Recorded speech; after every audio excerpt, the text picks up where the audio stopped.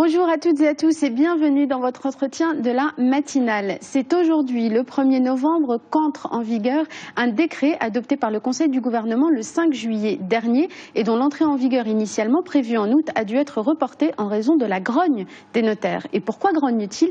Eh bien parce que ce décret prévoit une augmentation du coût des transactions immobilières, une augmentation de 50% puisque le taux passe de 1 à 1,5%. Quelles sont les raisons de cette augmentation, les modalités de sa mise en œuvre et surtout quelles conséquences sur le droit foncier et sur les transactions immobilières? Pour répondre avec nous à ces questions et y voir plus clair, nous recevons ce matin Maître Halami. Bonjour Monsieur Halami. Oui, bonjour. Merci d'être avec nous ce matin. Merci. Vous êtes notaire à Casablanca. Oui. Je le disais, ce décret qui entre en application aujourd'hui prévoit une hausse des frais de la conservation foncière. Par qui a été prise cette décision? Est-ce qu'il y a eu une concertation pour cette augmentation? L'Agence nationale de la conservation foncière et des hypothèques a décidé bien sûr d'augmenter ses tarifs puisque ces tarifs n'ont pas été augmentés depuis 1997. Donc ce qui est choquant, c'est le montant de l'augmentation. C'est une augmentation 50%. De 50% d'un seul coup. D'un coup, c'est 50%, ce qui pénalise quand même en fin de compte les acquéreurs des logements, toutes catégories confondues. Et même quand on inscrit une hypothèque également, il y a une augmentation également de 50%, ce qui est énorme. Parce qu'il ne faut pas oublier que la personne qui acquiert un bien immobilier, il paye déjà les frais de l'enregistrement qui sont de l'ordre de 4% ou de 6%. Il paye bien sûr les honoraires du notaire et en plus il doit payer à la conservation foncière 1,5%, ce qui est quand même pénalisant pour cet acte-là. C'est une décision qui a été bien sûr prise par l'Agence nationale de la conservation foncière. Par quoi se justifient justement ces 50%? Par quoi les justifie-t-il? Par les frais de cette administration? Comment justifie cette augmentation? Vous savez, l'Agence nationale de la conservation foncière, c'est un établissement public. Donc une administration. Donc il a une autonomie financière. Donc il décide bien sûr cette augmentation de capital. C'est le chef du gouvernement qui est le président du conseil d'administration. Parce que l'Agence nationale de la conservation foncière est composée d'un conseil d'administration dont le président est le Premier ministre, enfin le chef du gouvernement. Donc c'est un décret du chef du gouvernement qui a décidé cette augmentation, bien sûr certainement sur proposition du directeur général de l'Agence nationale de la conservation foncière.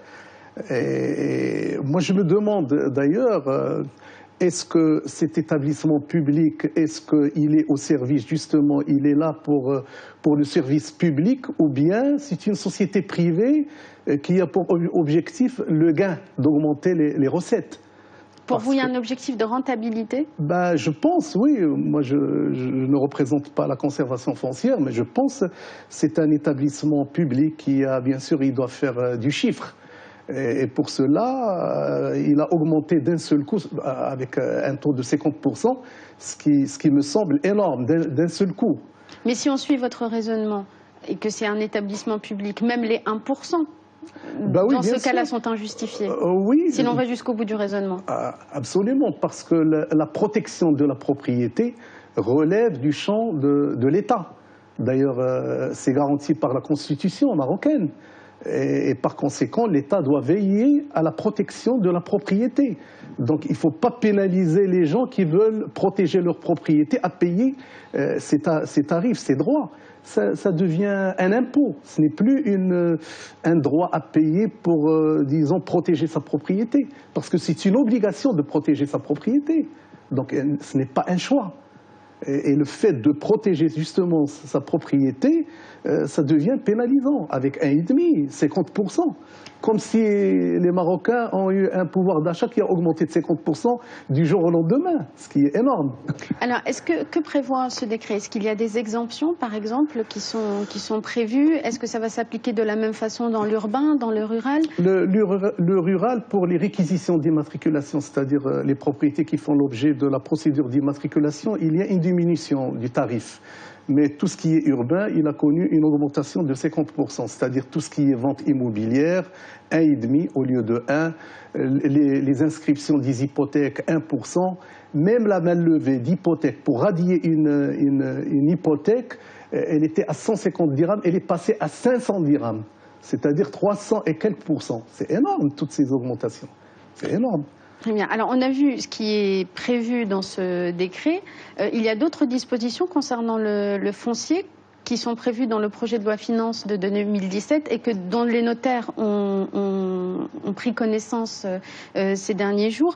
Quelles sont ces dispositions prévues dans le projet de loi finances qui vont également affecter, et peut-être dans un mauvais sens, le secteur foncier? J'ai vu qu'il y avait un changement sur les droits d'enregistrement et du timbre sur les terrains nus, c'est-à-dire les terrains à construire, les terrains nus à construire qui passent de 4% à 6%.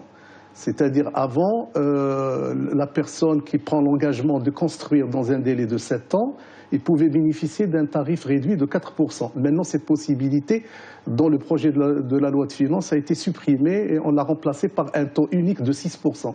C'est-à-dire, quand vous achetez un terrain nu, vous payez 6%.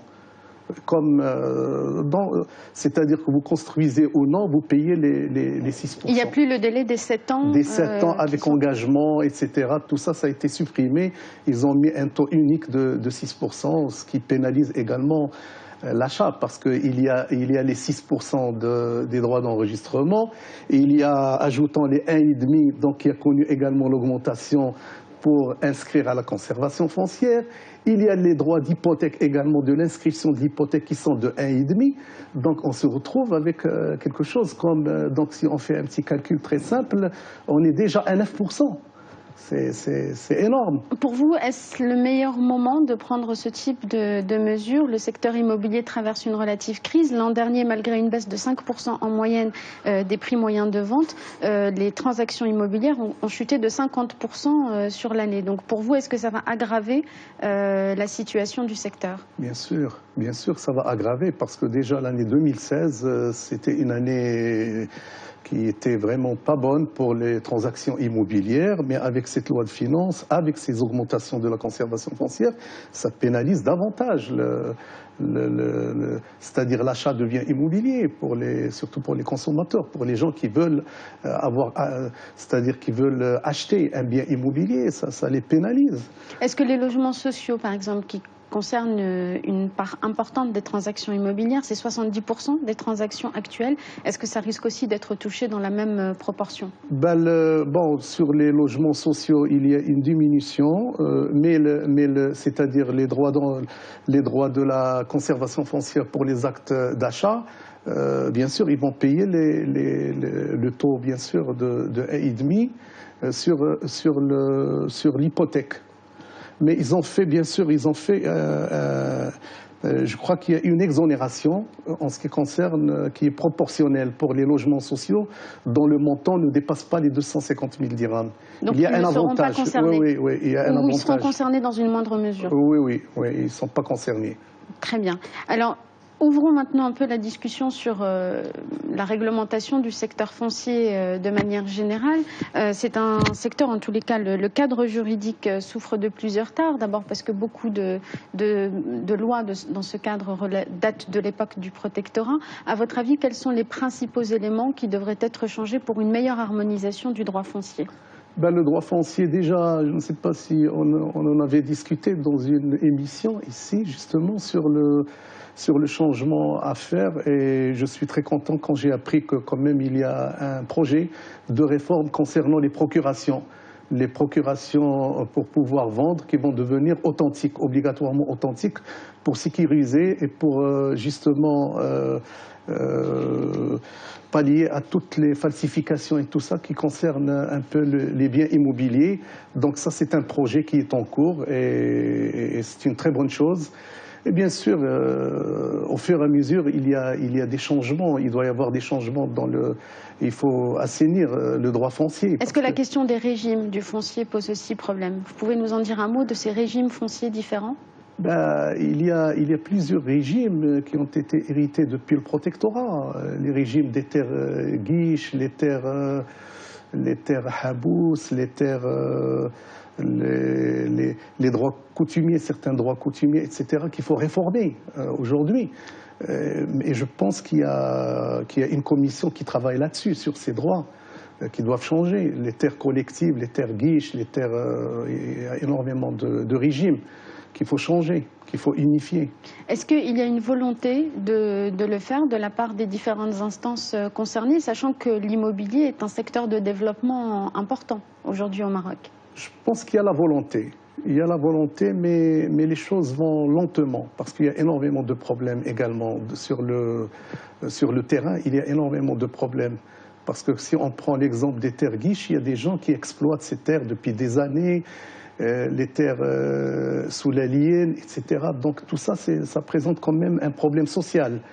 Et pour cela, pour réformer, c'est très délicat pour le ministère de tutelle, pour réformer ces lois. Mais ils sont en train de travailler là-dessus. Je pense que le travail est déjà entamé. Alors, vous êtes notaire. Est-ce qu'il y a une concertation avec les notaires? Est-ce qu'il y a une structure regroupant les notaires et qui sert d'interlocuteur pour faire évoluer ce droit du foncier? Oui, certainement. Il y a le Conseil national des notaires du Maroc qui travaille sur qui a pas mal de chantiers là-dessus, qui est concerté, etc. Donc, moi, je ne suis pas là pour représenter le Conseil national. Il faut leur poser la question. Je suis en tant que notaire. Mais vous êtes optimiste sur l'évolution du droit? Oui, absolument, oui. Très bien. Merci beaucoup, Monsieur Halami, d'avoir été avec nous aujourd'hui. Merci à tous de nous avoir suivis. Restez sur Média TV. Dans un instant, la suite de vos programmes. On se retrouve bientôt pour un nouvel entretien. Très bonne journée à tous.